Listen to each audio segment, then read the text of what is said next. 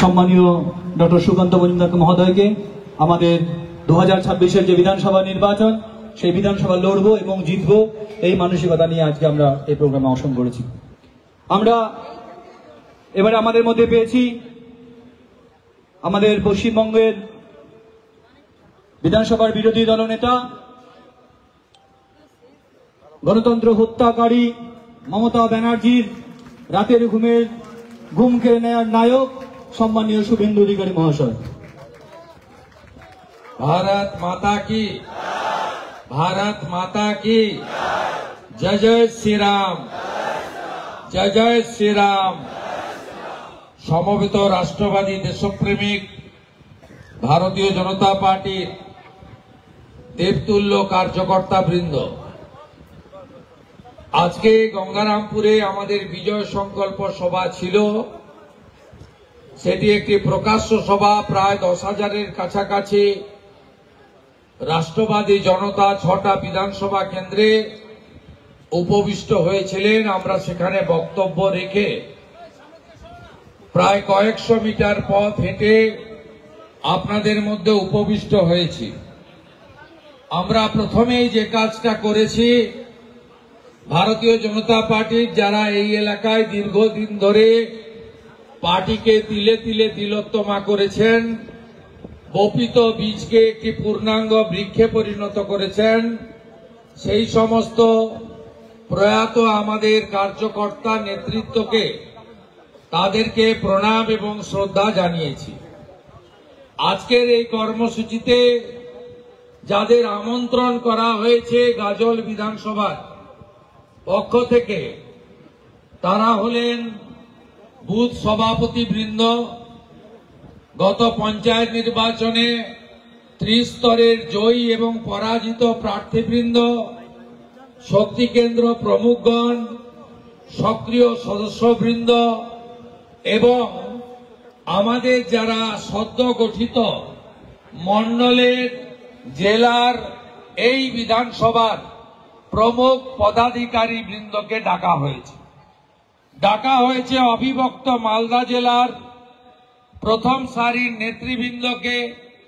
আমি প্রথমেই দেবতুল্য কার্যকর্তা পদাধিকারীদের, যারা আমার থেকে বয়সে বড়, তাদেরকে শ্রদ্ধা এবং প্রণাম। যারা সতীর্থ এবং অনুজ, শুভেচ্ছা এবং ভালোবাসা এবং মাতৃশক্তিকে বিশেষভাবে বন্দন করে আমার আদিবাসী সম্প্রদায়, মূলবাসী জনজাতি নেতৃবৃন্দকে আমি জোহার জানিয়ে অল্প কিছু কথা নিবেদন করব।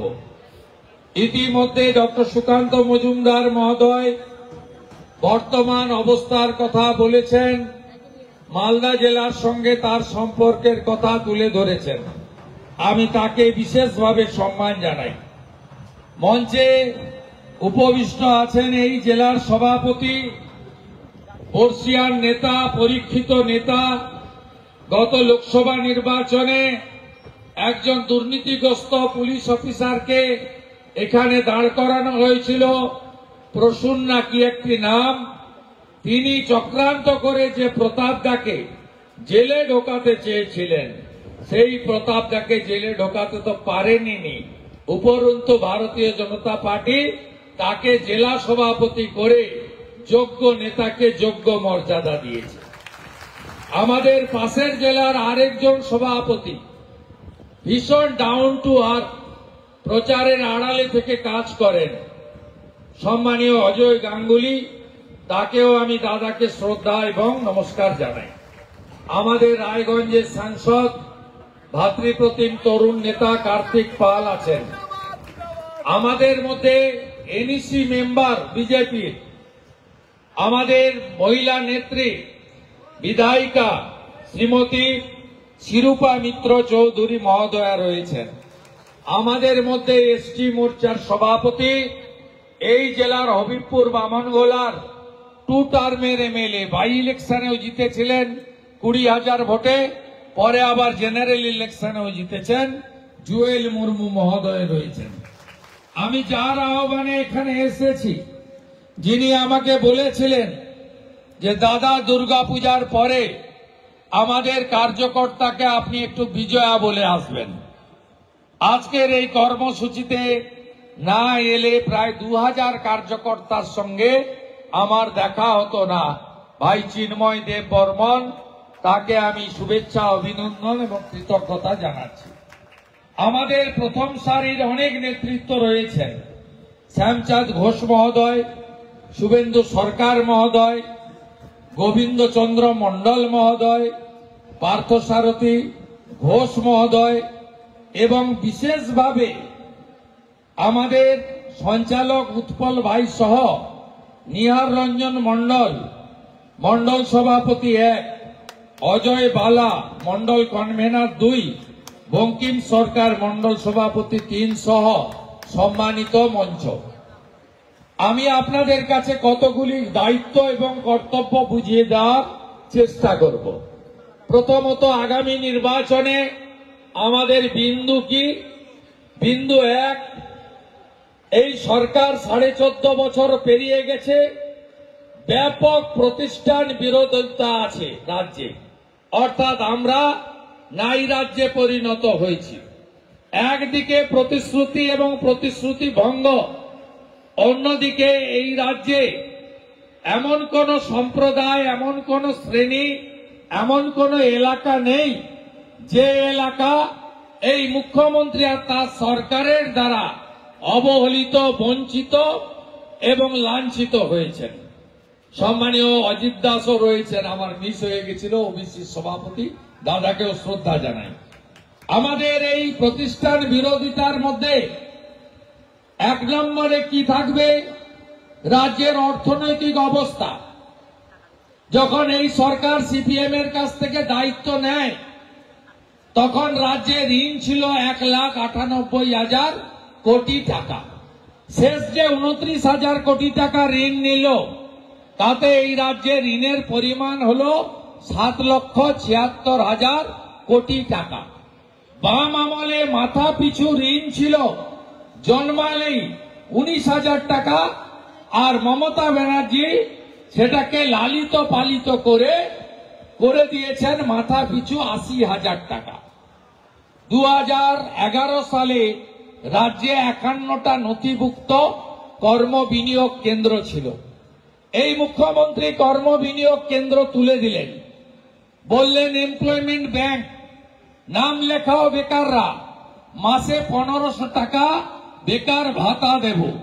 কেউ পায় না। কর্ম বিনিয়োগ কেন্দ্র উঠে যাওয়ার ফলে বেকারের সংখ্যাও কেউ জানে না। ওই 1 কোটি নথিভুক্ত বেকার বেড়ে হয়েছে কত? 2,15,00,000। স্কুল বন্ধ হয়েছে কত? 14.5 বছরে আমি হিসাব দেব না, আমি শুধু 24-25-এর হিসাব দিচ্ছি। 8,200 primary, upper primary, high school পশ্চিম বাংলায় বন্ধ করেছেন মাননীয়া। শিক্ষার দরকার নেই। শিক্ষা হলে চেতনা বৃদ্ধি হয়, শিক্ষা হলে জ্ঞানের ব্যাপ্তি বৃদ্ধি হয়, আর শিক্ষা পেলে হয়ে গেলেই চাকরি দিতে হবে। তাই শিক্ষার দরকার নেই। কি ভয়াবহ অবস্থা! আমরা কলেজের গেট থেকে উঠে এসেছি, ছাত্র রাজনীতি করে, কলেজের সিআরএ জিতে, ছাত্র সংসদের জিএস হয়ে। আপনি ভাবতে পারবেন 9,54,000 ভ্যাকেন্সি আছে স্নাতকে। গোটা রাজ্যে কত ভর্তি হয়েছে জানেন? ভর্তি হয়েছে মাত্র 3 লক্ষ। 6,54,000 উচ্চ মাধ্যমিক পাস করার পরে ফার্স্ট ইয়ারে অ্যাডমিশন নিল না। বাবা মা বলল পড়তে হবে না বাবু, পরিযায়ী শ্রমিক হয়ে চলে যা, নইলে মাঠে গিয়ে ধান রোপণ কর, ধান কাট, এখানে থাকার দরকার নেই, আমি খরচ দিয়ে তোকে পড়াতে পারবো না, কারণ মমতা তার ভাইপো যতদিন থাকবে তোর চাকরি এখানে হবে না। এই হচ্ছে বাংলার প্রকৃত অবস্থা। এই বাংলায় আপনি যদি কৃষি ক্ষেত্রে দেখেন, সেখানে কৃষকরা ধানের দাম পায় না, আলু চাষিরা আলুর দাম পায় না, সার কালোবাজারি। গোটা ভারতবর্ষে বিদ্যুৎ ফ্রি, যেটা আমাদের কৃষি যে বিদ্যুৎ ব্যবহার হয় পাম্পসেট, এখানে বিদ্যুৎ 8 টাকা করে মিটারে নেয়। পেট্রোল ডিজেলের চালিত পাম্পে বহু রাজ্যে উত্তরপ্রদেশ সহ হরিয়ানা সহ ভর্তুকি দেয় সরকার। এখানে সেসব সুযোগ নেই। কৃষকরা ধ্বংসের পথে যাচ্ছে। পরিযায়ী শ্রমিক কত? বাম রেখে গেছিল 5,20,000, ইনি করেছেন 60 লক্ষ পরিযায়ী শ্রমিক। ব্যাপক প্রতিষ্ঠান বিরোধিতা রয়েছে এই রাজ্যে। এই প্রতিষ্ঠান বিরোধিতার হাওয়াকে ঘূর্ণিঝড়ে পরিণত করতে হবে। মালদা জেলার মানুষ তৃণমূলকে এবং মমতা ব্যানার্জিকে ঘৃণা করে। আমি একটা সময় তৃণমূলের সঙ্গে ছিলাম। এই জেলার রাজনীতি আমি জানি। মমতা বন্দ্যোপাধ্যায়কে লোক পছন্দ করে না।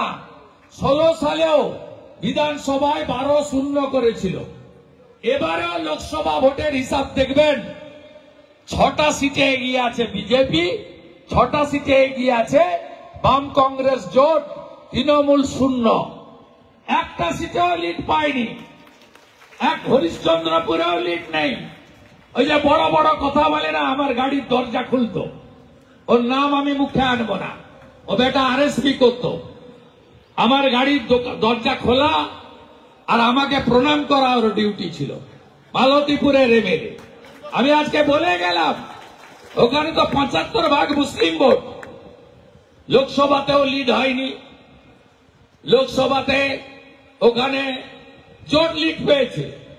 এবারে দেখবেন 6 মাস পরে ওই বেটা প্রাক্তন এমএলএ প্যাড নিয়ে ঘুরবে।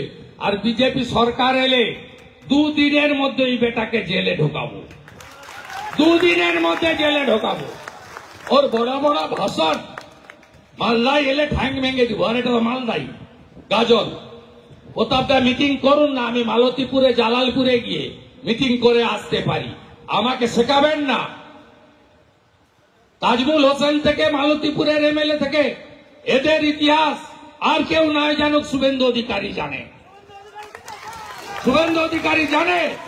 তাই এই জেলাতে এদের কিছু হবে না। আপনাদের এই জেলায় এবারে 12টার মধ্যে 11টা সিট জেতাতে হবে। ওই সুজাপুরটা হবে না। আমরা 8% মাত্র, ওরা 92%। বাকি সব সিট আমাদের জেতাতে হবে। এই শপথ আমাদের নিতে হবে। আমি আপনাদের কাছে বলি, প্রতিষ্ঠান বিরোধিতার সাথে সাথে বিকল্প সংকল্প।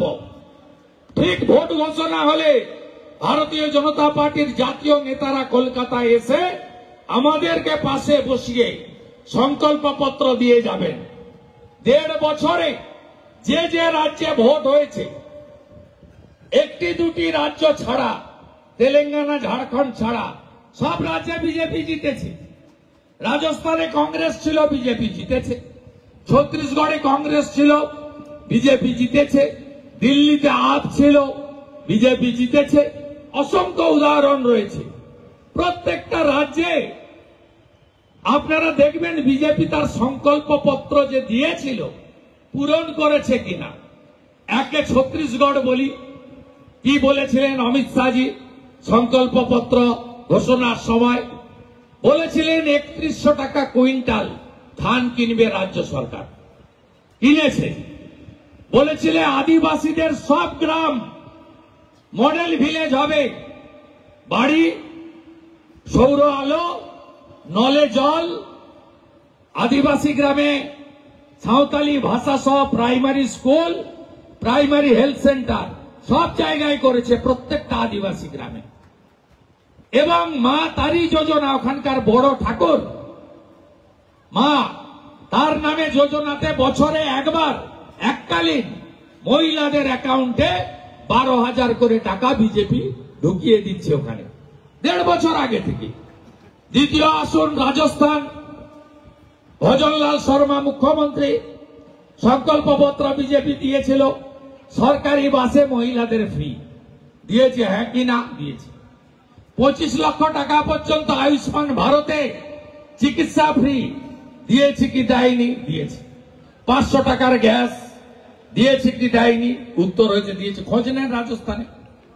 অনেক পরিযায়ী শ্রমিক গাজলের, ওল্ড মালদার হবিবপুরের থাকে খোঁজ নেন জয়পুর, যোধপুর, জয়সলমীর থেকে, যে বিরোধী দলনেতা বলে গেল সংকল্পপত্র পূরণ হয়েছে কিনা।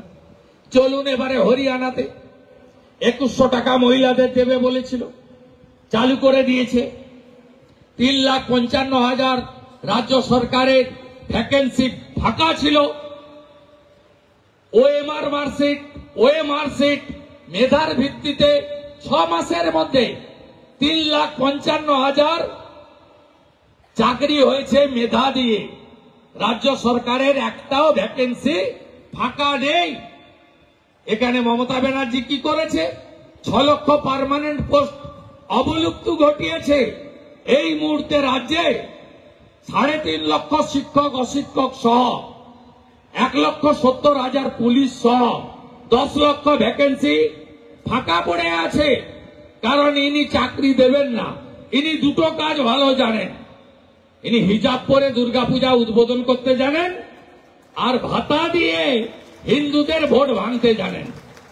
তারপরে তো বাকি আছে ছাপ্পা মেরে মৃত ভোটার বাংলাদেশের মুসলমান, এদের ভোট মেরে যে মালদায় ভোট দিল সে পরের দিন বহরমপুরে ভোট দিল, তার পরের খোঁজে গিয়ে কলকাতায় ভোট মেরে দিল। এই যে 8 দফা 9 দফার সুযোগ নিয়ে এই কাজটা উনি করছেন। তাই রাজস্থানে আমরা, হরিয়ানাতে আমরা যা বলেছি তাই করেছি। মহারাষ্ট্রে দেবেন্দ্র ফাডনবিস কদিন আগে ঝড় তুলে জিতেছেন। যারা স্নাতক গ্রাজুয়েট তারা যতক্ষণ না চাকরি পাচ্ছে মাসে 6,000 টাকা করে দিচ্ছে মহারাষ্ট্রের এনডিএ সরকার। মাধ্যমিক পাস যারা তাদের 4,000 টাকা করে বেকার ভাতা দিচ্ছে যতক্ষণ না তারা চাকরি পাচ্ছে। আর মহিলাদেরকে 2,000 টাকা করে দিচ্ছে। রেখা গুপ্তা দিল্লির মুখ্যমন্ত্রী 2,500 টাকা করে মহিলাদের দিচ্ছেন। তিনি সেখানে আর যা বলেছিলেন প্রত্যেকটা কাজই তার শুরু হয়ে গেছে। তাই আমরা যেমন প্রতিষ্ঠান বিরোধিতায় এই রাজ্যে নারী সুরক্ষার কথা বলবো, অনুপ্রবেশের কথা বলবো, জনবিন্যাস বদলে যাওয়ার কথা বলবো, সাথে সাথে আমরা নির্বাচনের সময় সংকল্প পত্রকে সাথে নিয়ে আমরা মানুষের দুয়ারে দুয়ারে যাব। দ্বিতীয় হচ্ছে বৃহত্তর সনাতনী জোট, সনাতনী ঐক্য গড়ে তুলতে হবে। মমতা ব্যানার্জি সব সময় যারা অমুসলিম তাদেরকে বিভক্ত করতে চায়। আদিবাসীদের সঙ্গে কুর্মীদের ঝগড়া লাগিয়ে দিতে চায়। পশ্চিমাঞ্চলে তাই করেছে। পাহাড়ে 11টা বোর্ড বানিয়ে দিয়েছে, তামাং বোর্ড, ভুটিয়া বোর্ড, বিভিন্ন বোর্ড বানিয়ে দিয়েছে। 11টা বোর্ড, অর্থাৎ নেপালিরা যারা মূলত হিন্দু তাদেরকে বিভক্ত করে দাও। এখানেও আপনারা দেখবেন মুকুল বৈরাগীকে ছেড়ে দিয়েছে, আর বাকিটা বললাম না। কত রকমের ব্যবস্থা। রাজবংশীদেরকে বিভাজিত করো, বংশীবদন বর্মনকে সঙ্গে নিয়ে।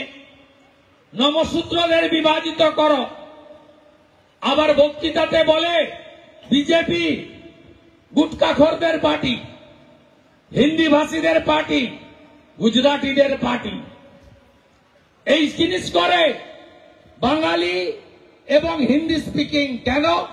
কখনো মমতা ব্যানার্জিকে বলতে শুনেছেন যে বাংলা ভাষী মুসলমান, উর্দু ভাষী মুসলমান?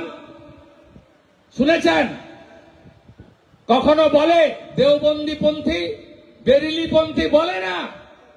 তাদেরকে বলে তোমরা সংখ্যালঘু, তোমরা মুসলমান, তোমরা এক থাকো, বিজেপিকে রুখতে হবে। আর আমাদের হিন্দুদেরকে বিভাজিত করতে চায়। সেই কারণেই যোগী আদিত্যনাথ হরিয়ানা এবং মহারাষ্ট্রের ভোটের সময় আওয়াজ তুলেছিলেন বাটেঙ্গে তো কাটেঙ্গে। সেই কারণে নরেন্দ্র মোদী আওয়াজ তুলেছেন এক রহেগে তো সেফ রহেগে। আমি আপনাদের কাছে আবেদন করব, গ্রামে গ্রামে শুধু বিজেপির বুথ কমিটি করলে হবে না। ধর্ম রক্ষা কমিটি করুন।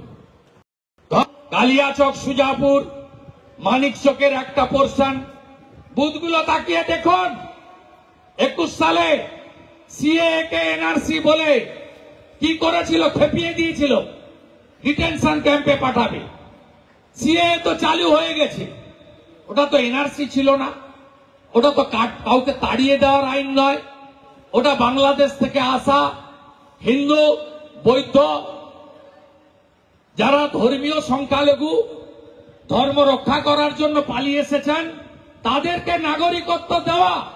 তো 21 সালে ভুল বুঝিয়ে মুসলিম বুথগুলো বের করে দেখুন, এই গাজলে দেখুন, 100টা ভোট পড়েছে, 99টা ওরা নিয়ে নিয়েছে। আপনি হিন্দু বুথ খুলে দেখুন, 100টা ভোট পড়েছে, বিজেপি 60টা, 62টা, 65টা পেয়েছে, ওরা 20টা, 25টা পেয়েছে, সিপিএম বা কংগ্রেস 5টা, 7টা পেয়ে গেছে। কেন আপনারা বিভাজিত হবেন? মুখ্যমন্ত্রী বলেন ধর্ম যার যার, উৎসব সবার। আর আমি বলি বিরোধী দলনেতা, 2,33,27,000 মানুষকে প্রতিনিধিত্ব করি, আমি বলি ধর্ম যার যার, রক্ষা করার দায়িত্ব তার। আমি গত 1 বছরের ইতিহাস বললে হিন্দুদের চোখ থেকে জল বেরোবে। মোথাবাড়ি ঢুকতে দেয়নি কাউকে, বেড়া লাগিয়ে রেখেছিল 9 কিলোমিটার দূরে।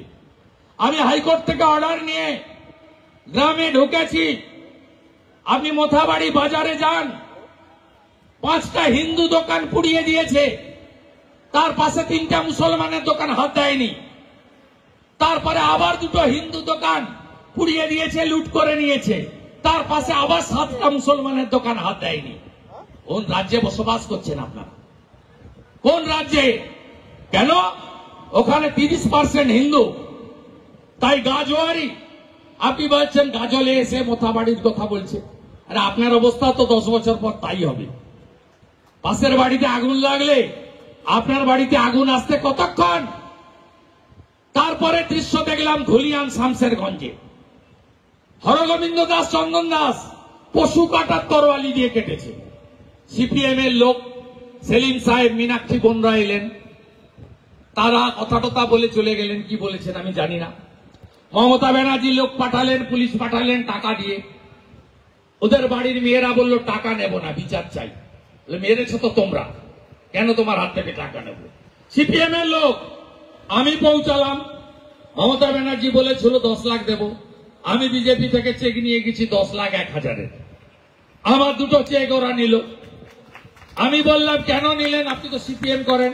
বলে আমি তো সিপিএম করি বলে আমাকে মারেনি, আমি হিন্দু বলে আমাকে মেরেছে। আর হিন্দুদের যদি কেউ রক্ষা করতে পারে তার নাম হলো নরেন্দ্র মোদী। তাই আমাদের টাকা গ্রহণ করলো। সেখানে তৃণমূলের এক নেতা শামশেরগঞ্জে মেয়েকে বিয়ে দিবে বলে 5 লাখ টাকা জমিয়ে রেখেছিল, পুড়িয়ে দিয়েছে। আমি তাকে কলকাতায়, ওখানেও আমাকে হাইকোর্ট করে ঢুকতে হয়েছে, প্রথম ঢুকতে দেয়নি। তাকে ডেকে পোড়া টাকাগুলো আপনারা দেখেছেন টিভিতে, সোশ্যাল মিডিয়াতে। আমরা 5 লাখ টাকা তাকে একটা এনজিও থেকে দিয়েছি। তাকে যখন সাংবাদিক জিজ্ঞেস করে, বলো তৃণমূল বলে কোনো গন্ধ ছিল না মুর্শিদাবাদ, মালদাতে। 98 সালে আমি শামশেরগঞ্জে আমার হোটেল আছে, ছোট্ট একটা জায়গা দিয়েছিলাম তৃণমূলের ব্লকের অফিস করার জন্য। আমার বাড়িতে অফিস। আমার মেয়ের বিয়ে দেওয়ার টাকাটা পুড়িয়ে দিল। কেন পুড়িয়ে দিল? তার কারণ আমি হিন্দু। এরপরে ঘুমাবেন। আমি দেখতে চাই লোকসভা নির্বাচনে, বিধানসভা নির্বাচনে প্রত্যেকটা হিন্দু বুথে 100টা হিন্দুর মধ্যে অন্তত 95 জন ভোট দিতে আসবেন। আর 95টা ভোটের মধ্যে ভুলে 1-8টা বাদ গেলে যাবে, বাকি সব ভোট ভারতীয় জনতা পার্টিকে দিতে হবে। এই লড়াই বাঁচার লড়াই, অস্তিত্ব রক্ষার লড়াই। কোন প্রার্থী দেখবেন না, নিচে পদ্ম, উপরে নরেন্দ্র মোদী, মাঝে কেউ নেই। তাই বৃহত্তর সনাতনী ঐক্য গড়ে তুলুন, গড়ে তুলুন বৃহত্তর সনাতনীদের জোট। কারণ বাঙালি হিন্দুদের জন্য পশ্চিমবঙ্গ তৈরি করেছেন 2টো মানুষ, একটা ডক্টর শ্যামাপ্রসাদ মুখার্জি আর একটা স্বামী প্রণবানন্দ। 1947 20 জুন কলকাতা আইনসভা মোহাম্মদ আলী জিন্না পুরো বাংলা চেয়েছিল, রুখে দিয়েছিলেন শ্যামাপ্রসাদজি, সঙ্গে প্রণবানন্দ। বিধানসভায় প্রস্তাব এসেছিল, 58 জন হিন্দু এমএলএ ভোট দিয়েছিল ভারত ভুক্তির পক্ষে, 21 জন মুসলমান এমএলএ ভোট দিয়েছিল পাকিস্তানে যাওয়ার পক্ষে। আপনি যদি এখনো ঘুমান তার সর্বনাশ সামনে। 47 যখন ভারত পাকিস্তান দ্বিজাতি তত্ত্বে ভাগ হয়, তখন পাকিস্তানে অর্থাৎ এখন বাংলাদেশ পূর্ব পাকিস্তানে হিন্দু কত ছিল বন্ধু? পাশেই তো আপনার চাপাই নবাবগঞ্জ তো গায়ে কত ছিল? 33%। আজকে কত? 7%। কালকে মিছিল করেছে হিন্দুদের আস্তানা ভেঙে দাও, গুড়িয়ে দাও, ইসকনের আস্তানা ভেঙে দাও, গুড়িয়ে দাও, ইসকনের লোকেদের ধরে ধরে জবাই কর। পাশ থেকে আওয়াজ আসছে, কাঁটাতারের ওপার থেকে। আপনি এখনো ঘুমাবেন? 1951 জনগণনায় পশ্চিমবঙ্গে হিন্দু কত? 85। 2011 জনগণনায় হিন্দু কত? 72। 27 জনগণনা শুরু, 31 পাবেন রেজাল্ট। আপনি হয়ে গেছেন 65 নিচে। এই পিসিআর ভাইপো সঙ্গে ফিরাদ হাকিম আর সিদ্দিকুল্লাহ থাকলে 2041 মালদা মুর্শিদাবাদে যেমন হিন্দুরা এখন থেকে বলতে শুরু করেছে আমরা সংখ্যালঘু, গোটা পশ্চিম বাংলাতেও সেই অবস্থা হবে। তাই জাগো হিন্দু, জোট বাঁধো। এ লড়াই বাঁচার লড়াই, এ লড়াই নিজেদের অস্তিত্ব রক্ষার লড়াই। মোথাবাড়ি মালদা দায়ীকে আরেকটা মমতা, ধুলিয়ান শামশেরগঞ্জ মুর্শিদাবাদ দায়ীকে আরেকটা মমতা, মহেশতলায় তুলসী মঞ্চ তুলে ফেললো দায়ীকে আরেকটা মমতা। এজন্যই রতন টাটা বলে গেছিলেন, আমি খারাপ এম কে ছাড়লাম, ভালো এম এর কাছে গেলাম। টাটার কারখানা নিয়ে চলে গেছিলেন গুজরাটে, তখন গুজরাটের মুখ্যমন্ত্রী ছিলেন মোদিজি, আর ছাড়লেন মমতার জন্য। আমার কথা নয়, প্রয়াত রতন টাটার কথা। তিনি ভালো এম আর খারাপ এম বলে গেছিলেন। তাই বৃহত্তর সনাতনী জোট গড়ে তুলতে হবে। তৃতীয় হচ্ছে এসআইআর। ইতিমধ্যে ম্যাপিং কমপ্লিট হয়ে গেছে এবং আপনাদের গাজল বিধানসভায় 2002 ভোটার লিস্টের সঙ্গে এই ম্যাপিং এ আমি বলে দিচ্ছি আপনার গাজল বিধানসভার চিত্রটা। এটা কত নম্বর বিধানসভা? 44 গাজল। এটাতে মোট ভোটার 2025 ভোটার লিস্ট অনুযায়ী 2,82,425। ম্যাপিং এ এসছে 2002 এর সঙ্গে 2025 এসছে 1,31,797। অর্থাৎ ম্যাপিং হয়েছে 46.67, মানে 47% লোকের, 273টা বুথ। বুঝেছেন?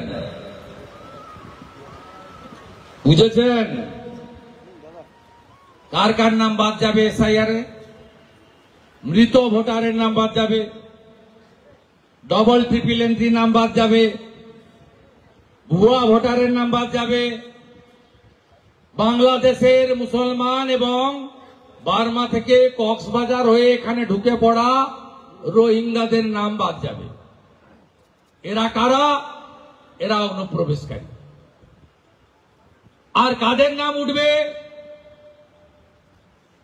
যারা 2026 সালের 1 জানুয়ারি 18 বছর হবে তাদের নাম উঠবে।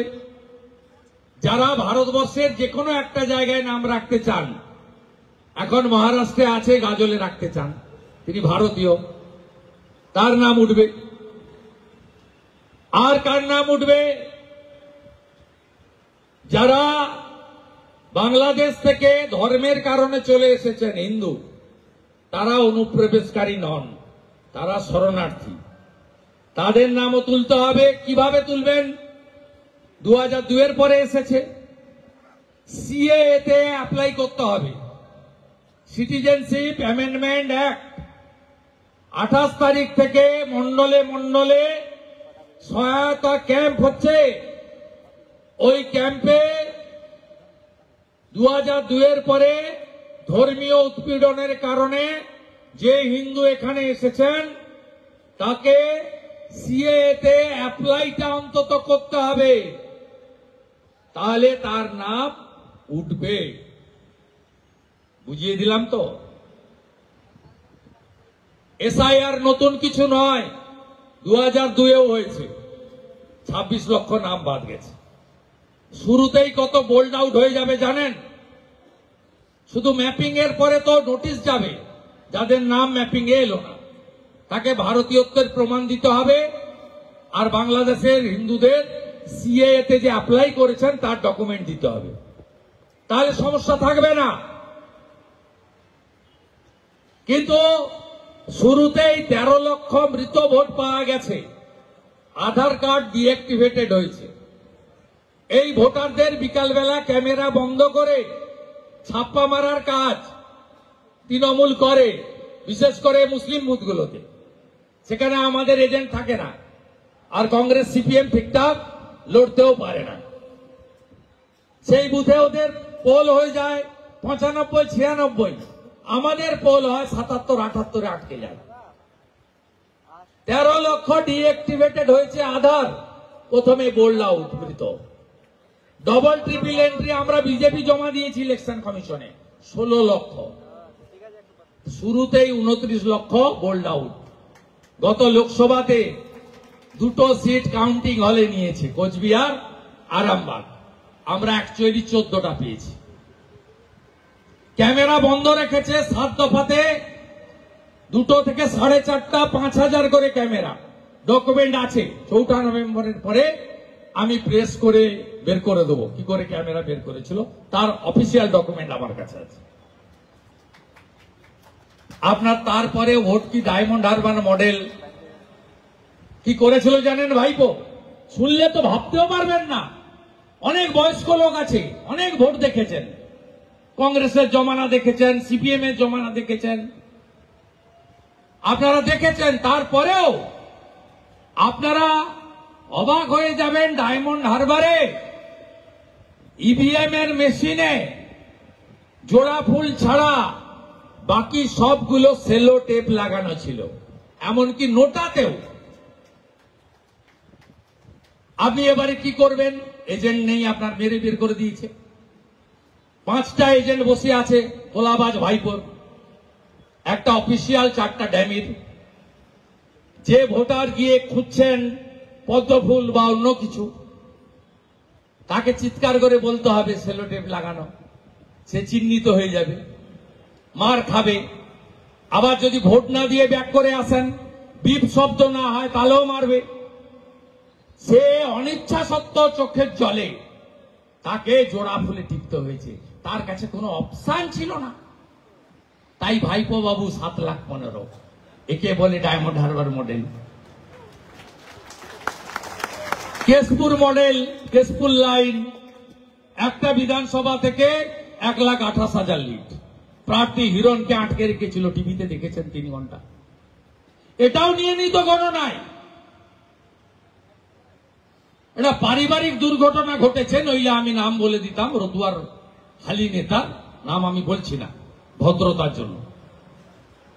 তাকে এই প্রসূন হায়ার করেছিল। খগেন মুর্মু আমাকে ফোন করছে যে দাদা হোটেলে ঢুকে গেছে, সেন্ট্রাল ফোর্স পাঠান। আমি সেন্ট্রাল ফোর্সকে বলে কাউন্টিং এজেন্টরা যেখানে ছিলেন আগের দিন রাত্রে, এক কোম্পানি ফোর্স দাঁড় করিয়ে দিয়েছিলাম বাইরে, নইলে আপনার এখানেও মেরে নিয়ে নিত উত্তর মালদা। কোন রাজ্যে আপনি বসবাস করছেন? তারপরেও কত? ওই খালার পার্টি 2,75,00,000, আর রাষ্ট্রবাদী বিজেপি 2,33,27,000। গ্যাপ কত? 42 লাখ। 1 কোটি নাম এসআইআর বাদ যাবে, 90 লক্ষ ভোটার বাদ যাবে। এসআইআর এর পরে কোনো গ্যাপ থাকবে না। 19 সালে যে ভোট আপনারা তৈরি করে দিয়েছিলেন, বিজেপি 21 এবং 24-এ ধরে রেখেছে অলমোস্ট 40%, অলমোস্ট 2 কোটি 30 লাখ। 19-এ 40% ভোট, প্রাপ্ত ভোট 2 কোটি 30, 21-এ 38%, প্রাপ্ত ভোট 2 কোটি 28, 2024 39%, প্রাপ্ত ভোট 2 কোটি 33 লক্ষ 27 হাজার। আমাদের 40% রিজার্ভ। ওর ভুয়া ভোট, মৃত ভোট, বাংলাদেশি মুসলমানদের নাম বাদ যাওয়ার পরে কোনো গ্যাপ নেই। একদম জোট বাঁধন তৈরি হন। শেষে দুটো পয়েন্ট বলবো, কলকাতা ফিরবো। একটা হচ্ছে নারী সুরক্ষা। এই মমতাকে না সরালে আমরা দেবী শক্তি বলি। স্বামী বিবেকানন্দ কুমারী পূজা চালু করেছিলেন অষ্টমীতে। নবমীর দিন নবরাত্রিতে কন্যা পূজন হয়। কি অবস্থা! কামদুনি, পার্কস্ট্রিট, কাটোয়া, এ বললে তো লম্বা বক্তৃতা হবে। 1 বছরের হিসাব দেব।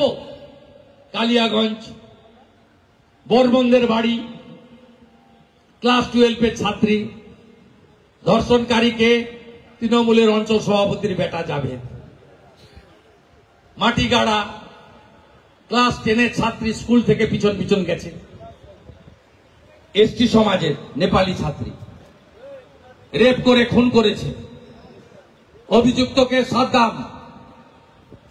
কদিন আগে রাজবংশী পরিবার, রাজগঞ্জ, জলপাইগুড়ি, ক্লাস 7, 13 বছরের বাচ্চা, তাকে অন্তঃসত্ত্বা করে দিয়েছে। ভাবতে পারেন কোন রাজ্যে বসবাস করছেন? কে করেছে? 65 বছরের বুড়া, নাম তার ডালিম মোহাম্মদ। অভয়ের কথা ভুলে গেলেন নাকি? কি বলেছিলেন এই মুখ্যমন্ত্রী? ইনি নাকি বাংলার মেয়ে। ইনি বলেছিলেন না, বাবা মা তো চাইলে আমি 10 লাখ দিতে পারি। এটা ভাষা কোনো মুখ্যমন্ত্রী? থেমে আছে নারী নির্যাতন, কন্যা নির্যাতন না। Kasba law college, Durgapur IQ city, MBBS এর 2nd ইয়ারের ছাত্রী, গ্যাং রেপ, উড়িষ্যার মেয়ে। এই বাংলা সুরক্ষা দিতে পারলো না। তার বাবা কাঁদতে কাঁদতে মেয়েকে নিয়ে উড়িষ্যা চলে গেলেন।